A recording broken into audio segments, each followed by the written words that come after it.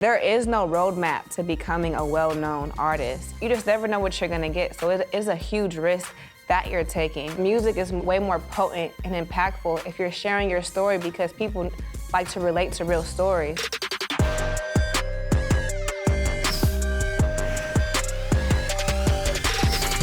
Starting from the very beginning, what was your upbringing like? I really feel like everything that's happened to me in my life got me prepared for this moment.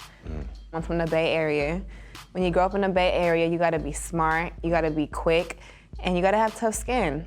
And when it comes down to my roots, my mother is Filipino Chinese and my dad is Black. So at a young age, I realized that no two groups are the same. My perspective of the world was broadened because they have different cultures, different values. However, I knew I had to respect both families. And I understand your family is no stranger to the limelight too. You got folks in the sports, entertainment fields. Growing up seeing that, did it ever inspire you to get involved in entertainment? Like how did their background kind of play into who you are today?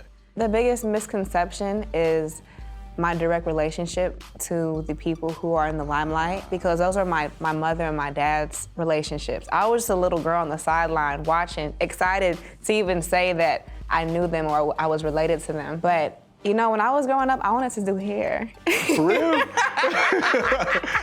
I was the friend in the group that would do all the homegirls' hair before like the parties, before going out.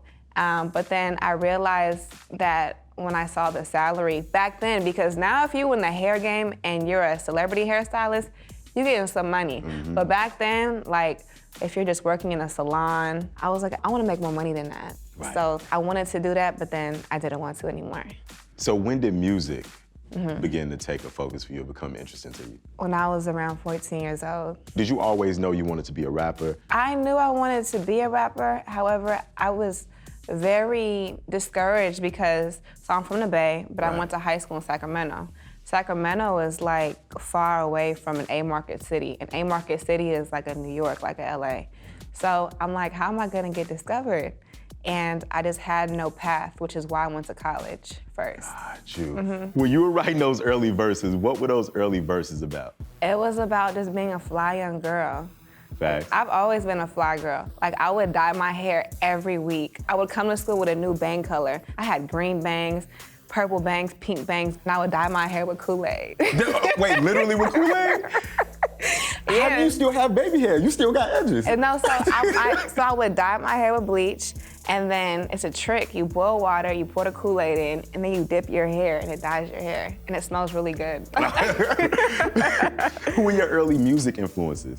When I think of like my childhood, the only celebrity like I would have been a stand for, I would have even created a fandom for was Aaliyah. My love for celebrity and my love for my idol died when she died. I used to beg my mom and my dad to get the CDs. I had all her posters, I had her DVDs, and I would sit in front of the TV all day and wait for her music videos to come on. What was it about her that spoke to you so deeply? She's more than a woman. Right. You know, Right. like she said, and she's so beautiful, she's so classy. Her music is just, it's just different. It puts me into a good mood. Where did the name Saweetie come from? It started off with my grandma. Like, it was like a pet name she would call me, like her Saweetie. And then, do you remember MySpace? Oh, yeah. Okay, so you know, MySpace, you had to have your name at the top of your profile. So I was like, I don't want to use my name Diamante. I want to use something like different and creative. So I went with Saweetie. And my MySpace was so popping because I was coding. I had all the secrets to MySpace, like the layouts, to hide your music, to have the words scrolling. Scroll past. Yep. Yeah. My MySpace was The fly. different color grading. You had to know Yes. code in order to get the page. I popping. had different palettes, different Pantones. Wow. Like my top, I think I had like a top 12 or top 16. Like it looked fly because I've always been a girl of aesthetics. Right. Like I love me a good aesthetic. So a lot of people were drawn to my layout. And it became so popular to the point where people would see me at like gas stations, parties, on the street, and they'd be like, are you Saweetie? So it kind of like, it made me a local celebrity and the name kind of just stuck. Now, is there a difference between Saweetie and Diamante? Yes. You know, I used to think that they were the same. But in order to protect my mental, I know that when it's time to perform, I know when it's time to be a public figure, I know when it's time to show public face, that's Saweetie. And she has to leave whatever she's going through, big or small, in the hotel room, at home, in the car. And it's time to be a public figure. It's time to be a celebrity because it comes with the territory. Wow. So Saweetie is like the person who puts on a smile no matter what's going on. And Diamante, you know, she be having mental breakdowns. She be like, what's going on? She be questioning herself. She be looking at herself in the mirror. But it's like they take care of each other. Saweetie is like, girl, I got you. I'm about to go out there and I'm gonna smile. And then Diamante is gonna get to the bottom of the problem to make sure that, you know, I can still function at the end of the day. You know, you're in school, you're in undergrad at USC. Mm-hmm. How did that college experience shape you, not only as an artist, but as a person? I'm so happy I went to school because it taught me a lot of invaluable skills. When I went to college, there wasn't a lot of people that looked like me. One of my professors taught me you have to be comfortable in uncomfortable settings, because that's how life is. So USC taught me how to be confident in a room where no one looked like me. It taught me how to make the most out of what I had. It taught me that I am the only person in my way because they weren't making me uncomfortable. I was uncomfortable. But the minute I started to be proactive in my settings, in my classrooms, I started to flourish. So it's like sometimes you are getting in the way of you, and I'm talking about me. What were your immediate plans after you graduated? I started interviewing to work at the bank, to work at the hospital, because they pay good. Right. And every time I would get the job offer, I would decline it because I just knew my soul would wither there. I had my self-reflection, and I was like, you know what? I'm gonna give you, I be talking to myself like that. Like, girl, I'm gonna give you 1 year.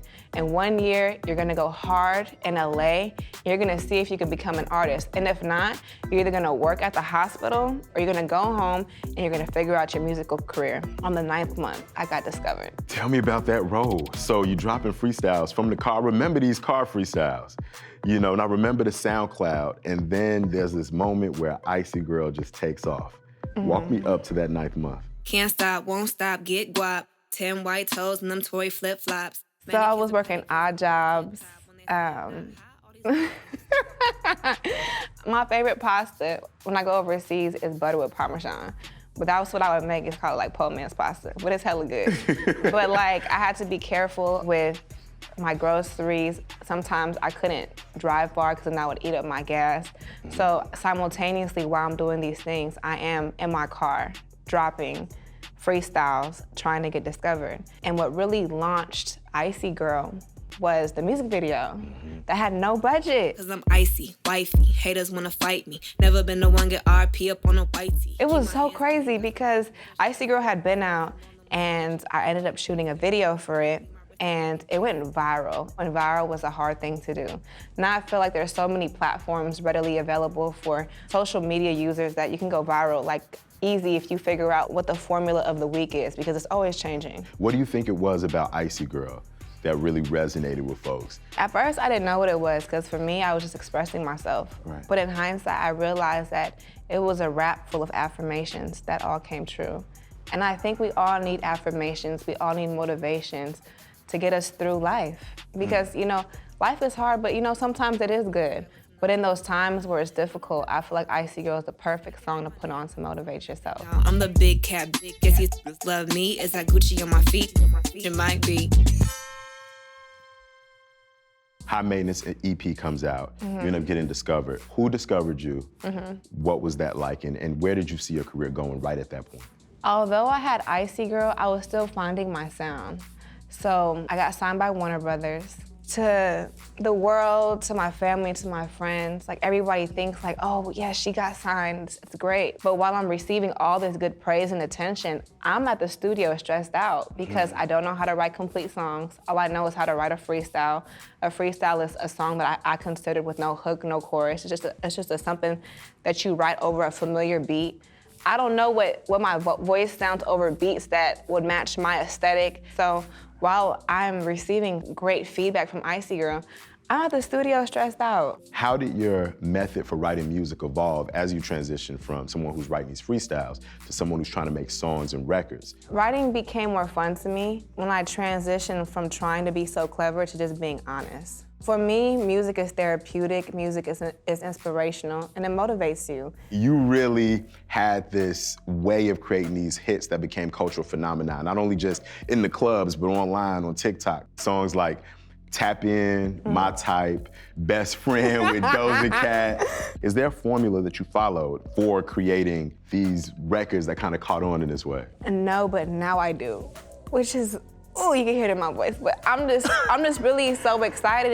And in hindsight, when I study myself, the reasons why these songs were so popular is because these are words and common phrases that people use every day. Right. And me not even knowing that I'm doing that. My type, everybody has a type. Tap in and come party with us. Tap in and come have this conversation. Nice. It's ubiquitous. Yeah. And then best friend, everybody got a bestie. Yeah. So in hindsight, I realized what I did, but now I really know what I'm doing. So it's a difference now. What comes to you first in the writing process? Is it the melody? Is it the message? Is it the lyrics? How do you approach these records? You know, I try not to have an approach to any record. How I really start the song has to captivate me. And then once I pick the song, I listen to it, and I kind of just go. I try not to box myself in.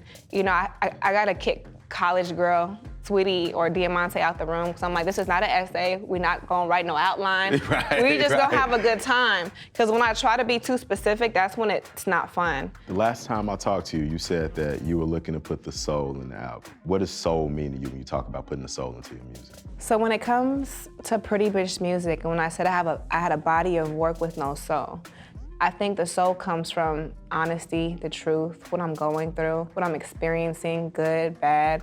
By me just being more honest in my music, I think that's where the soul is coming from. And you're actively working on your debut album, Pretty Bitch Music.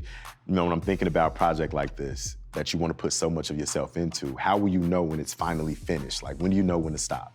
I know that it's done when I've compiled a list of songs, I've listened to them, I've brought them to people whose opinion I value. Yeah. And we really listen to it with open ears, and we constructively criticize them. It's like making the team. Which songs is gonna make the team? Right. Because it's all tryouts, you know? Art is like a baby. You gotta take your time, you gotta groom it, you gotta raise it, you gotta nurture it, you gotta feed it, you gotta pay attention to what you're really saying. Because music, in a sense, is propaganda for your belief, for your brand, for your company, for your ideologies. You're as much of a business and a brand as you are creative and an artist. Can you talk a little bit about your method for choosing the business partnerships that you want to take on? In the beginning, I was just taking everything because I was like, oh yeah, I'm about to get this money. But people have to realize that when you commit yourself to a brand, there's obligations, there's shoot dates, there's a list of expectations. It's not just like you get the money and you take a picture,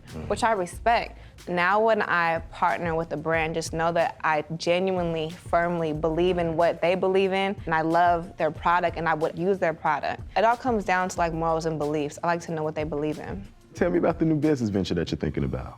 So a business venture that I'm thinking about is my own company, Icy. It's time for me to start doing everything in-house. I'm gonna have my own company that will house all these different categories, which will then eventually compete with other leading brands. I definitely see Icy being a leading global brand. Where does your business acumen come from? I think my business mind comes from, first and foremost, my parents. They were such hard workers, and one thing my mom taught me was if you're gonna do something, do it right, because otherwise you're not only gonna waste your time, you're gonna waste other people's times. And then my dad always taught me, if you don't make your own decisions, someone's gonna make them for you.